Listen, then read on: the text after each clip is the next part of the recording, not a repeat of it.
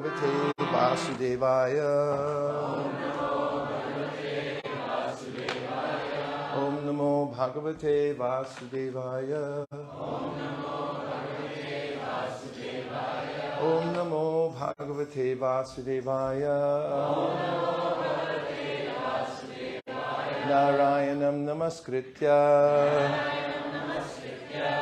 Naram Chaiva Narottamam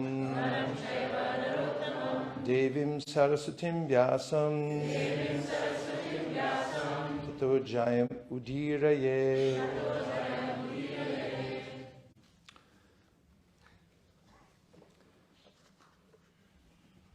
Srimad Bhagavatam. Is it text 24 today? Okay. This is second canto, chapter 10. Bhagavatam is the answer to all questions. And text today is 24. I'll read the Sanskrit out loud, quarter of a line at a time, and please respond as you wish. Hastau ruruhatas tasya Nana karma chikirshaya Tayostu balavan indra Adanam ubayashrayam Hastau ruruhatas tasya Nana karma chikirshaya Tayostu balavan indra Adanam ubayashrayam. And now let's have a couple of chanters. Anyone? Hastau ruhatastasya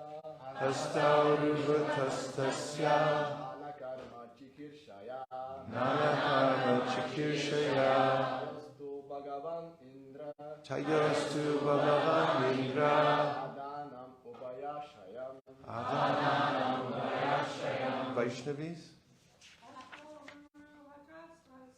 Hastau ruhatasya Nana karma chikirshaya Tayostu bhagavan indra Adanam Hastau, the hands, Ruru Hatu, manifested, Tasya, his, Nana, various, karma, work, Chikir Shaya, being so desirous, Tayo, of them, too, however, Balavan, to give strength, Indra, the demigod in heaven, Aranam, activities of the hand, Ubaya Ashrayam, dependent on both the demigod and the hand. Translation, thereafter, when the Supreme Person desired to perform varieties of work, the two hands and their controlling strength and Indra, the demigod in heaven, became manifested, as also the acts dependent on both the hands and the demigod. Purport by His Divine Grace Srila Prabhupada. In every item we can note with profit that the sense organs of the living entity are never independent at any stage. The Lord is known as the Lord of the senses, Drishikesha. Thus, the sense organs of the living entities are manifested by the will of the Lord, and each organ is controlled by a certain type of demigod. No one, therefore, can claim any proprietorship of the senses. The living entity is controlled by the senses. The senses are controlled by the demigods, and the demigods are the servants of the Supreme Lord. This is the arrangement in the system of creation. The whole thing is controlled ultimately by the Supreme Lord, and there is no independence, either of the material nature or of the living entity. The illusioned living entity, who claims to be the Lord of his senses is under the clutches of the external energy of the Lord. As long as a living entity continues to be puffed up by his tiny existence, he is to be understood to be under the stringent control of the external energy of the Lord, and there is no question of liberation from the clutches of illusion, Maya, however much one may declare himself a liberated soul.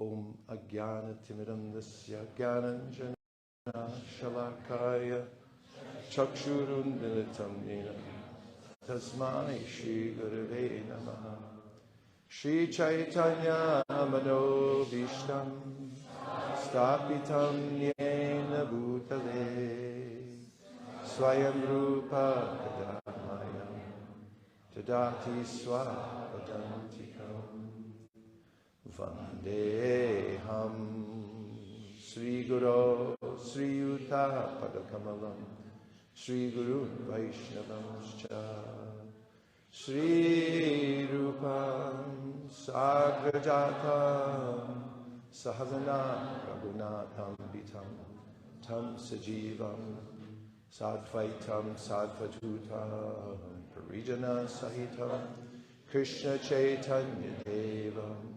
Shri Radha Krishna Padam Sahagana Lalita Shri Vishakam Vitamscha He Krishna Karuna Sindhu Dinabandho Jagatpate Gopesha Gopika Kanta Radha Kanta Namostute Tapta Kanchana Gaurangi Radhe Vrindavaneshwari Rishabhanusute Devi Pranamami Hari Priye Vanchakalpatarubhyascha Kripa Sindhubhya Evacha Patitanam Pavanebhyo Vaishnavebhyo Namo Namaha Jaya Shri Krishna Chaitanya Prabhu Nityananda Sri Advaita Gadadhara Shivasari Gaura Bhakta Vrinda Hare Krishna,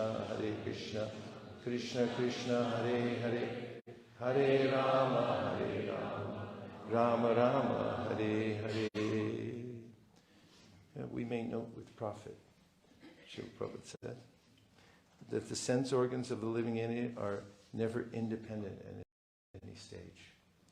And we get such extensive information in the Srimad Bhagavatam about our interdependent relationship with the demigods and our absolute control, merciful control by the Supreme Personality of Godhead. And the story of creation is intricately laid out here to show these relationships, as many religious scriptures teach. God is the origin of everything, but the details of how he interacts with his external creation, or doesn't, is laid out partially in the Bhagavad Gita, where Krishna mentions nadate kashtichit papam nachaiva sukritam vibhu ajnanena vritam jnanam tena muhyanti chantava. That the living entity is working by his own independent nature in combination with matter. And the Lord's not assuming any of his sinful or pious activities. However, the ways in which the senses are controlled and how they're manifested in the world comes to light here in this chapter. That the will of the Supreme to work in a particular way then gives rise to the particular sense. And there's also a way in which there's a controlling demigod that oversees the operation of each one of the senses. And the Supreme Lord in the hierarchy is above all, in an overarching sense, controlling all of them. Therefore, he's known as Rishikesh. we've heard about hierarchies in the Bhagavad Gita that are helpful. For instance, at the end of the 3rd chapter of the Bhagavad Gita, Krishna says, Indriyani priyanyahur indriyebhya paramanaha manasastu parabudas ya budhe paratastu saha. That the lowest of all, in our context, is the senses. Above the senses is the mind, above the mind is the intellect, and above the intellect is the Supreme Lord. And how is this helpful to know these hierarchies? He says at the last verse, Evam buddhi param buddva samstabhya manamamana jahi shatra mahabaho kamarupam durasadam. If we understand the hierarchy, and we know that we can fortify our intellect, Evam buddhi param buddva samstabhya manamamana, and we can understand that we're above even the intellect, and we can then understand that it is folly to be controlled by the senses alone. Then we can rise above the force, kama, which holds us to the material world, which is inherent in our birth in this world, as Kapila Dev describes in the 3rd canto of the Srimad Bhagavatam, when the soul is within the womb. A fortunate soul becomes directly aware of his existential situation and thinks, how did I get here again? It's by ignorance. That last time I was here in a womb, then I promised the Lord that I would serve him, use my senses in his service. But then Kapila Dev says, such a well-intentioned soul with full clarity, even praying that maybe I should stay here in the womb instead of coming out, knowing how attractive the material energy is. Still, when he's pushed out of the birth channel into the material world, there's a direct connection between the senses and their sense objects. In fact, as the Hamsa Avatar explains in the 11th canto of the Srimad Bhagavatam, the senses are embedded with their objects, and the objects of the senses are embedded with the senses. So it's no wonder that when the soul comes out into the glare of the material energy, there's an immediate connection between the senses of that little entity and the great powerful forces of the material world. That is, the sense objects. In other words, they're connected. So the project of most yoga processes to extricate oneself from the control of the senses and rise above it, to understand one's nature beyond the force of lust and anger and the lower qualities.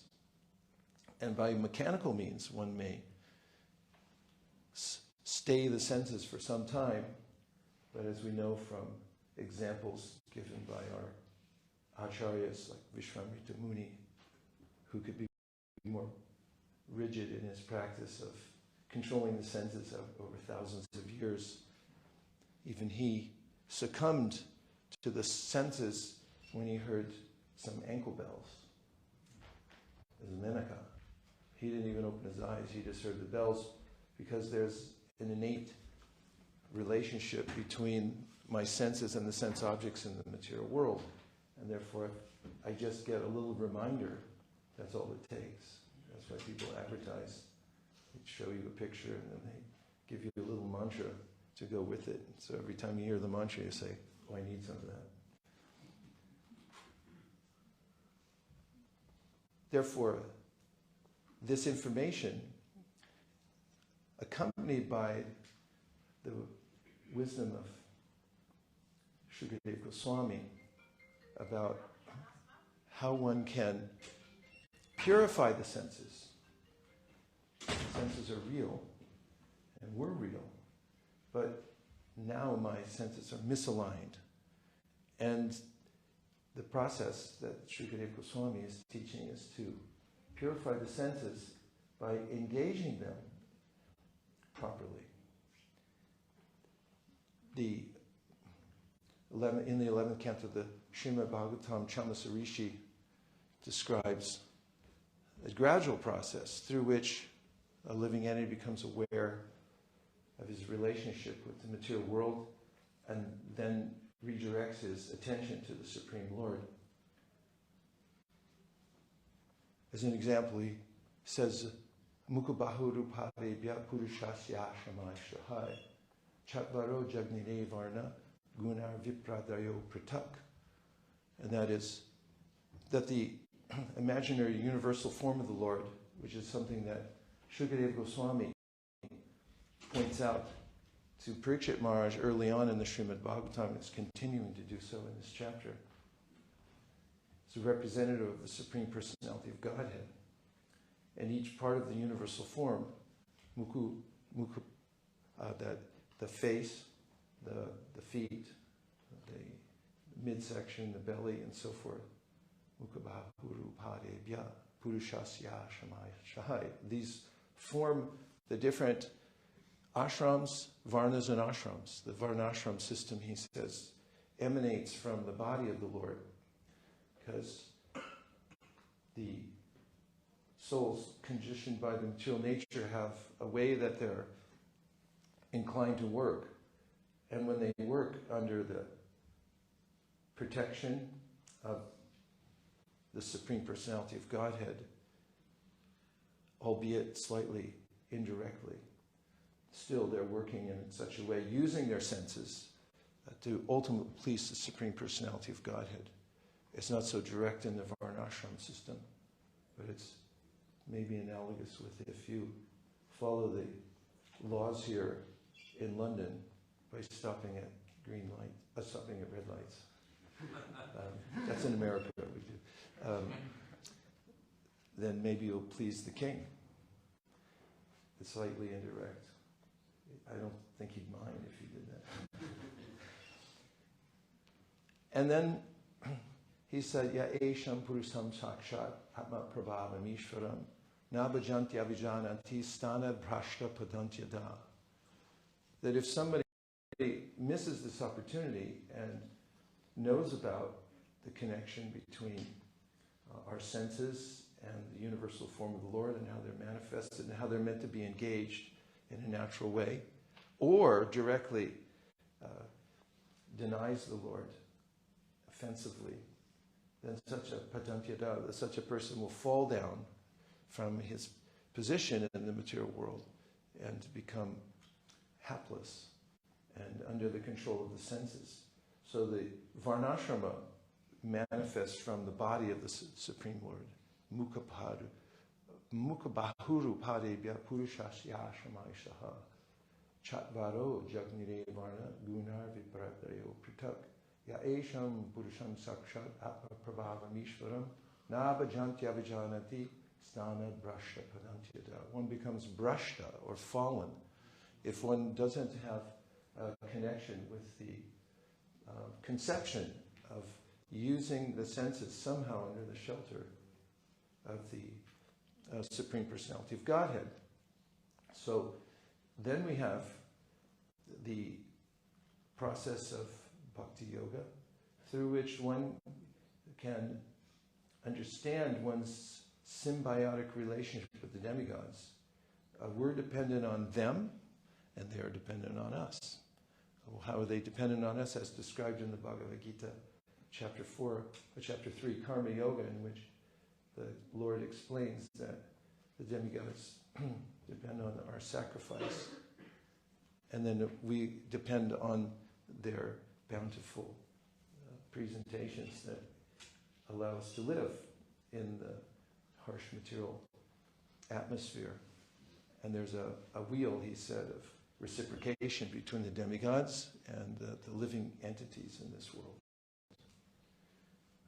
Then, beyond this, Krishna begins to explain that I'm the Lord of all the demigods.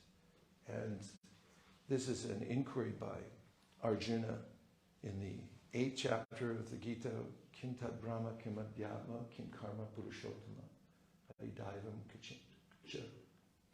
Kim Proktam Adidaivam Kim Uchite. He wants to know what's our relationship with the devas and so forth, and with karma, and the whole morass of the material world. And who is the Lord of sacrifice within the body? So then Krishna explicates that in the 8th chapter of the Bhagavad Gita, giving us clarity and bringing us to the 9th chapter, the ultimate point, which is that one can engage in devotional service, by which we directly engage our senses in the service of the Supreme Personality of God.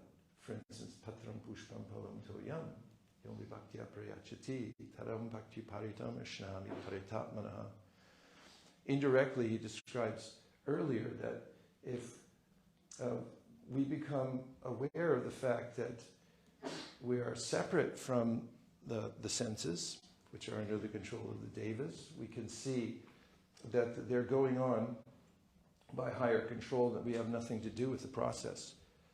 And then he explains how one can do that by, reviving one's intention.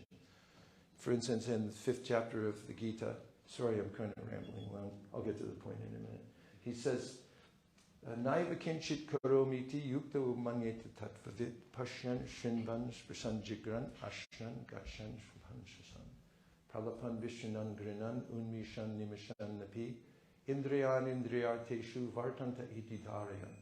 That a person who's come to be aware of the fact that he or she is separate from the material body and sees that I'm not doing anything. Naiva kinchit karomiti. There's nothing. Kinchit. Not anything that I'm doing. It's all going on by the higher control of the devas. And my senses are not mine either. They're a rental system.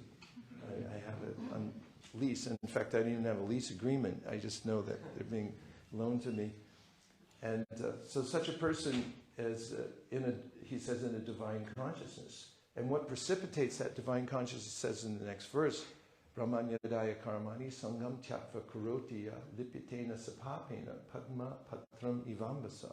He said the person becomes aware of the fact that the Supreme is the controller. The Supreme Lord is the controller. This is doable. I'm mentioning something that's doable right now, which is to become aware that one's not the controller. In fact, I met a priest once and we had a long conversation in the airport over the suggested purchase of a Bhagavad Gita. And he said, well, listen, I've been a priest for 30 years now. And he said, actually, there's only 2 things that I know for sure. There is a God and I'm not him. And when one comes to this realization, there's a sense of that I'm not the proprietor, and then one may adjust one's intentions and motives for working. And that's what this verse is about. Brahman yadaya karmani sangam tyakva. Sangam takva karotiya. That a person, while working with the senses, thinks that these are not my senses, nor are the ingredients that I'm manipulating mine. And therefore, for the result also I cannot claim, which is a quintessential teaching of the Bhagavad Gita. So then, it says that person lives in the world without being, and here comes a great word, besmirched by the modes of material nature. They don't get their smear on you. You can work in the world in an enlightened way without being implicated by the modes, because you've changed your intention from within the heart. And you're saying that whatever I'm doing is an offering to the Supreme Personality of God. And Krishna therefore says, Padma Patram Ivambasa. You're like that leaf of the lotus that's in the water, even maybe half submerged, but it's impervious to the water. The water beats off and it never adheres. And therefore, we can live like that also when we have clarity of purpose, born of this knowledge of our relationship with the material world, which the Vedas summarize by saying, na haikyayam, na sangam tyayam purusha, that the living entity has no real connection with the material world. It's all imagined. So that brings us to the direct process that's applicable to all of us, through which we become aware of our senses and how they can be used in the service of Krishna. Sarvapati vinir muktam taprat vena nirmalam rishikena rishikesha sevanam bhaktir uchite. So this is the bhakti process to engage the senses in the service of Krishna. One may notice with profit that by engaging the senses in a worldly fashion, meaning that I want the results and I'm trying to enjoy something from the material world, the sparsha, the touch between the senses and the material world, this is where I derive my pleasure. Krishna says, this is foolhardy.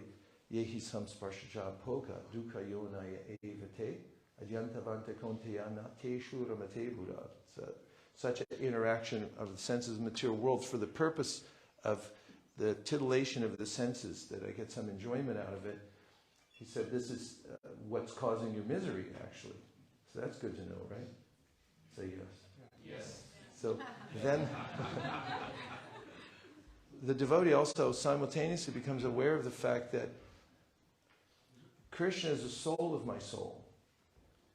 Atmanam akilatmanam. So as much as I'm trying to satisfy myself, which is mistakenly, I take my body to be myself because I'm in the body and therefore I project myself. Jayato vishayam pum sangas teshu jayate. Make a sangha with the body because I'm thinking that here I am. And the sense of I am is so powerful, and that sense not just of preservation but trying to enjoy something is quite natural because it comes from the Supreme, but it's misplaced when the living entity then thinks I am my body. So then there's a way in which Shrikadev Goswami then goes to great lengths to explain how our self is part of the Supreme Self. This is key. Because I'm an Atma, and therefore I have consciousness. Jai Shishi Radha Gokulananda, Sita Ram Lakshman Hanuman Ki Jai, Shishi Gaurnitai Ki Jai.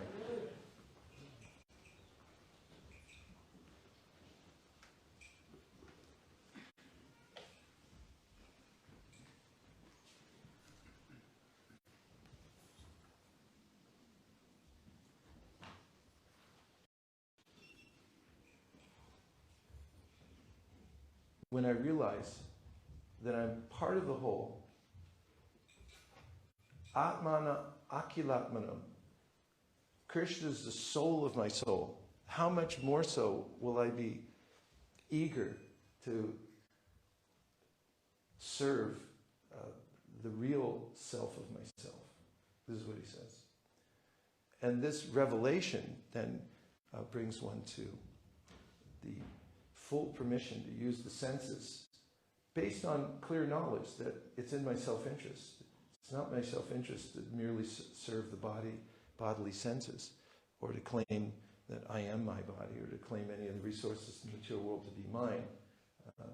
One has to understand that this is the source of my entanglement, Ishavasamidam sarvam, etc. Kurvani viha karmani, etc. So then one develops this sense which gives an immediate relief to the soul, which is that instead of serving my senses, I'll serve Krishna's senses.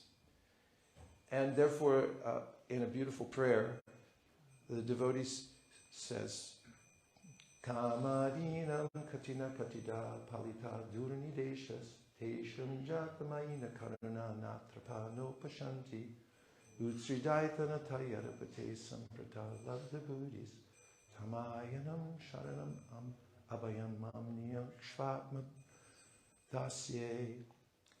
I'll do it again in a second and get it right. He says, Kama dinam katina katita palita durnideshas. There's a sense that for how long have I served the bad masters of my senses? They never gave me any time off. They never gave me mercy. I never really got the promised satisfaction. As Prahlad Maharaj says, Kutra Shisha Shuchi Sukham Drishni Rupa, that where is that happiness that they're promising? Everybody's promising in the material world. He says, where is it? is Shruti Sukham. You hear about it, but you never get it. Like going to somebody's house and they say they're going to feed you, and then they just bring you like one little carrot, and the rest is supposed to come out, but it never comes, and you're like, should I say something, or should I just sit here? So the poor soul in the material world is like, yeah, we'll get it to you soon, and it just never comes. And then there's a revelation through the Bhagavatam that actually, no more of this. But one has to have a place to turn. Otherwise, we turn to nihilism and say there is no soul, there is no anything. And what is it? I get my intelligence back to Evam Buddhi Param Buddha. My intelligence becomes fully enlivened because now I know that Krishna is the soul of my soul. And he's the Surit, the best friend. And what's more, he's the source of everything. And so when I serve him, I'm naturally satisfied. Beyond satisfied, I'm ecstatic and happy in that engagement. And therefore he says, no mas. That's it. I'm finished. I'm finished serving you guys. So long. Good luck. But I'm out of here. You don't have to stay here, but you can't. You don't have to go home, but you can't stay here. For the senses, I'm out. Obama out.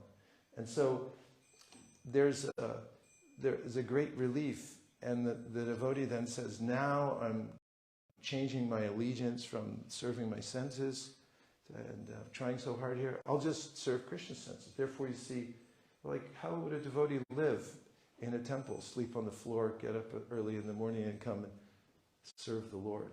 It's because they're feeling this direct satisfaction by directly engaging in serving the senses of the Lord, who's the soul of our soul. And there's unlimited sense of satisfaction. And one last point, and that is that the demigods here in the material world are representatives of the devas in the spiritual world.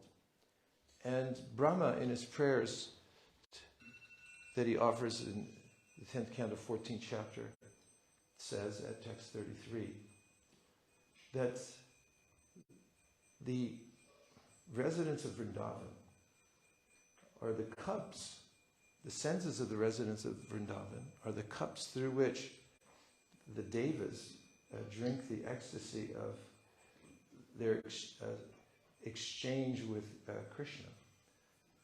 For instance, because you see we have this symbiotic relationship with the devas, and therefore when we're engaging in pure devotional service, then there's a way in which the devas are also experiencing this spiritual stimulation. And Brahma says about the residents of Vrindavan, they're the cups through which they're drinking in the nectar of Krishna's beauty, and they specifically mentioned that they can hear his ankle bells through the residents of Vrindavan. And unlike the ankle bells of Menaka, which distracted the meditating sage, the ankle bells of Krishna and everything about him is engaging the senses in their proper way, in such a way that the soul feels completely happy. So we hear of the symbiotic relationship, Brahma says, with the residents of Vrindavan, and similarly when we engage in material activities, it's also a strain on our counterpart demigods in this material world. And now I will stop my rambling and ask for a few reflections and questions. Yes?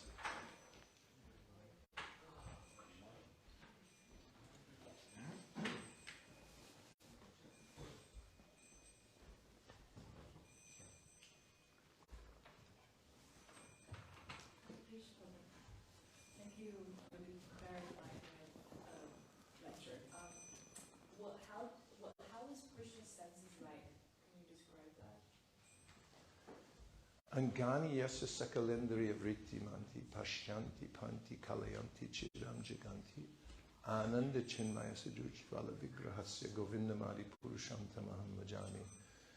Brahma has described how the senses of Krishna are interchangeable. He can speak with his eyes, as he does in the pastime of the forest fire in Vrindavan. He speaks to the cowherd boys through his eyes. And his senses are unlimited. Ekopya saura charitam jagaranda kotim yashakti rasti jagaranda chayayaranta andantarasta paramam chayantarastam govindamari purusham tamaham bhajami. He's universally dimensional, not one-dimensional, two-dimensional, three-dimensional, even four, but universally dimensional. So his senses are everywhere, as confirmed also in the 13th chapter of the Bhagavad Gita, Sarvapati, that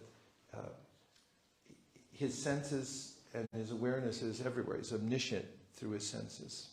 Every atom, every corner of the universe, he sees the world even through our senses. That's a nice meditation too, when you're doing something. Engages to imagine. It's like, I wonder if Krishna's watching me. Are you kidding me? These are also part of his senses. He's fully aware of what I'm doing right now, even thinking. It's like, okay, I think I'll reform myself, like right now. And when there's an awareness of the fact that Krishna's senses are universal and that he's fully aware, I'm just a part of him, so he knows he's fully aware through his unlimited senses of what I'm doing at all times. That's important. And all of his senses are, he also engages his senses in pleasurable activities. He enjoys seeing his devotees in Vrindavan and interacting with the various transcendental paraphernalia that he has. He plays a flute. You have to use your senses for that, right? Om Tat Sat. Another? Yes. Thank you very much. Hare Krishna. So my question is when we have challenges in our life. When there are challenges in our life. When we have challenges in our life. When we have challenges in our life. It's more easy to remember Krishna at that time. It's more easy to remember Krishna at that time. So my question is, when we have some kind of small or big name, fame. When we have some kind of small name, fame. Just riches and everything. Riches, followers. How to take shelter of Krishna at that time? What is the remedy? How to take shelter of Krishna at that time? What's the remedy? Well, Prabhupada, when he was asked about his followers, he said that actually they're my masters because I'm serving them. Srila Bhaktivedanta said a similar thing about his followers and disciples, because his guru told him, don't take any disciples. Also, don't move to Calcutta. So he moved to Calcutta. Apparently he took disciples. And when asked about that, he said, no, I never took any disciples. They're all my masters. I'm simply serving them, bringing them to Krishna consciousness. And I never lived in Calcutta. I'm always within the Dham, because he just transferred the Dham there, created various embassies for the Dham. So we have to see reality, remember who we actually are, that although I may see various gains in my life, could also keep in mind that all that I get in this world is beyond my power to achieve, and that it's unseemly to claim it as mine.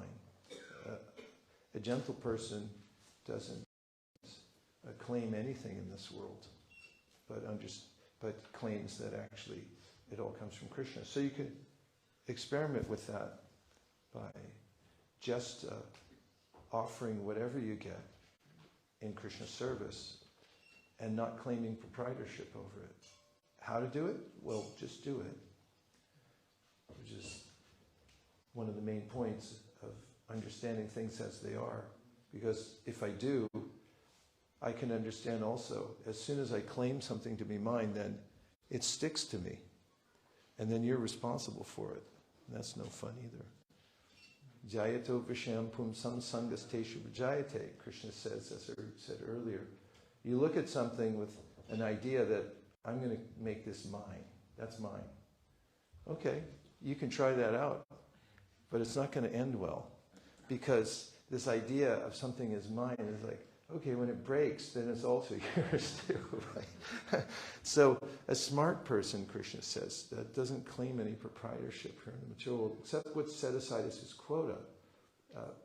Ishavasyam idam sarvam yat kincha jagatyam jagatena tyaktena. Something set aside as my quota. I'll use that. Quota means that I understand it's mine to use in Krishna's service.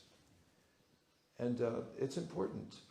And one of the successful members of the Gaudiya Math had developed a really vibrant community and was doing really well. And others became a little suspicious, perhaps out of a sense of transcendental envy. That why is he doing so well? Maybe he's a cheater, and maybe he's just attached. So they went to Srila Bhaktivedanta Saraswati Thakur and told him, they complained. They said, I think he's just attached. And plus, he's just a good businessman anyway, and that's why he's getting all this success. And so Srila Bhaktivedanta called this devotee and into the assembly of complainers and said, I'm reassigning you, effective immediately. I'm putting you in another month, somewhere else. In fact, it's a pioneering project. You're going to have to start over. He said, yes, Guru Maharaj, right away. Where am I going? He said, oh, you could stay here. He was testing his motivation and also demonstrating to the others. And if we remember that our perfect alignment is an understanding that I'm the servant here. We do well as servants. We really do. We really do well as servants. As soon as I become the servant and ask the question, how may I be of service, then I feel properly aligned. And as soon as the errant idea that maybe I'm the master and why aren't people serving me hard enough comes into my mind, then I start to feel anxiety. So we can become aware of that and then test it out. And then we'll notice by changing the frequency back and forth, which seems better aligned. And as it turns out, every time, you always win by being the servant and keeping a humble attitude. And we have 30 seconds left. So I'll take one last reflection and question, which I'll answer in less than 15 seconds. Or your money back from today's class. Thanks for the wonderful class. I was just wondering, the demigods are in control of all the senses in this body, and the Supreme Lord is like the overseer, and we are totally not independent. So why is there blame for the human being if they are completely controlled? The senses and the body is controlled, and the Supreme Lord is overseeing everything. So we should be directed and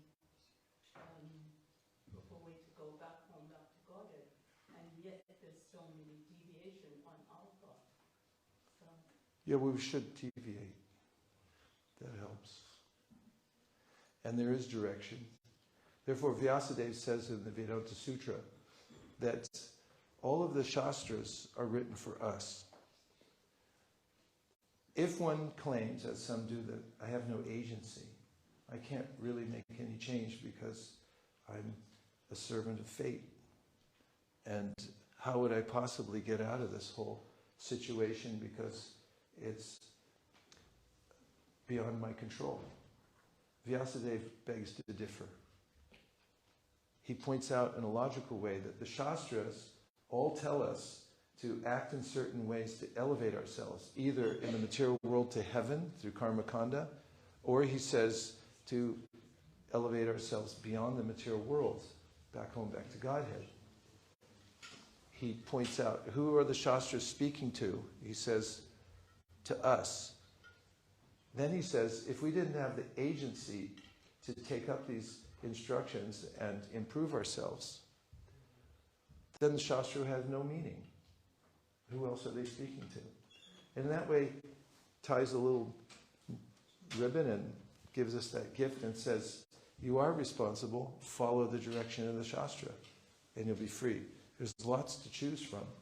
If you're totally attached and in the mode of ignorance, there are Shastras that tell you to regulate your ignorance by killing a goat on dark moon night, whisper in its ear, excuse me, little fella, but next life you can chop my head off too.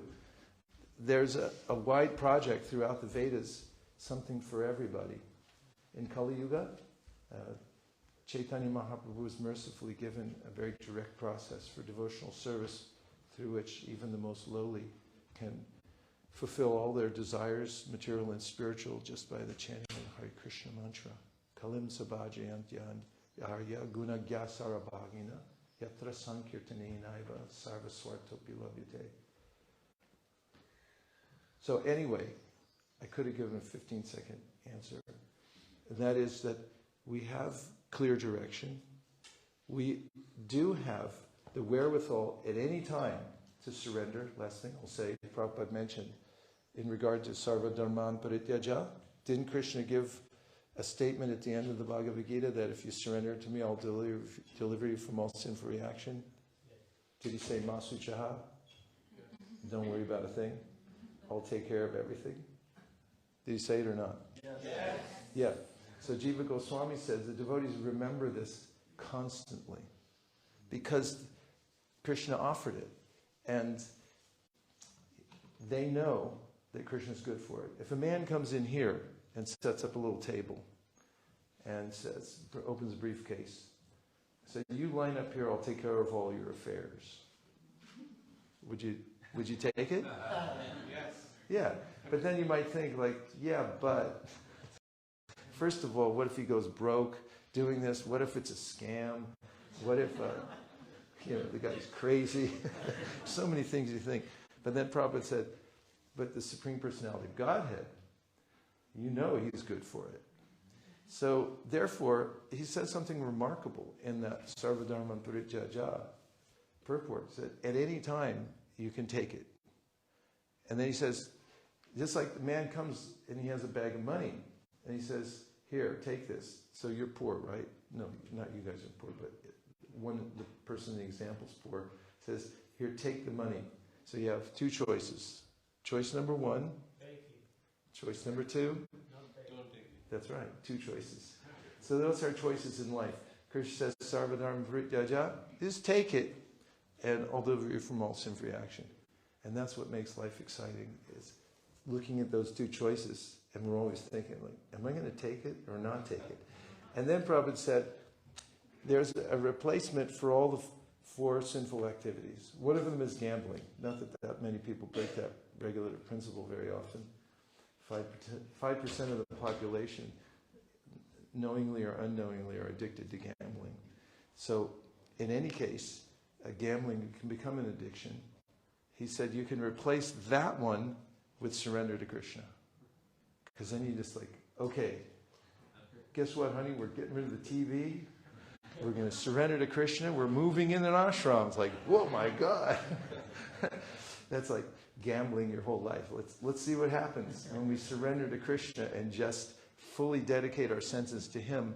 Then life becomes a great adventure. So we can do that, right? Yes. Say yes. Yes. Srila Prabhupada ki jai. Gaur Bhaktivedanta ki jai. Panchakalpadurishya kripa sanaveva cha patitanam bhavanibhyo vaishnavebhyo namo namaha nantakoti vaishnavinda ki jai. Srila Prabhupada ki